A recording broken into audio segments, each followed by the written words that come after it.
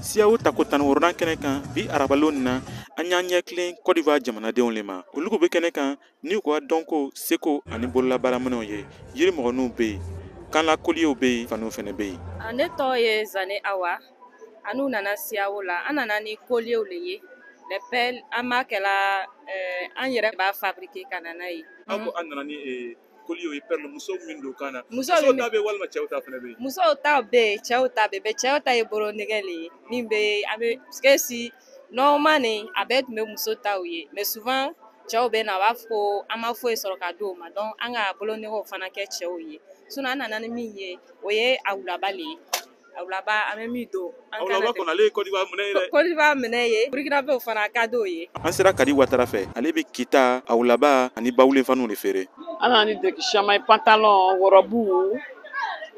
jupe fana b'a la chapeau fana bɛ yen pantalon fana bɛ yen sanni pour le moment en tout cas a ka ɲi voilà a ka ɲi mais mɔgɔ caman b'a ye ko Siawo n'o nana fɛn ɲɛnama bɛ yen nka o sɔngɔ ka ca dɔɔni aw ta sɔngɔ. par rapport à la route et tout ça en tout cas sɔngɔ ka di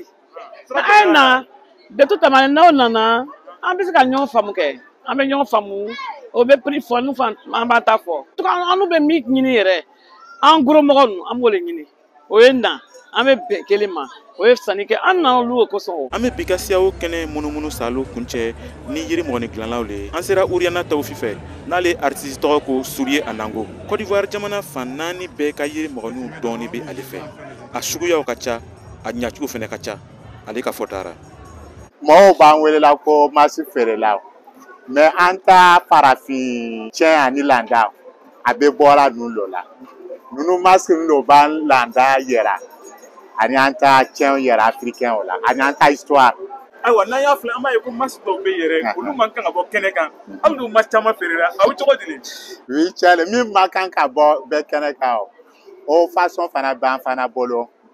bon ale an t'o bɔ kɛnɛ kan ye ça c'est de l'antiquité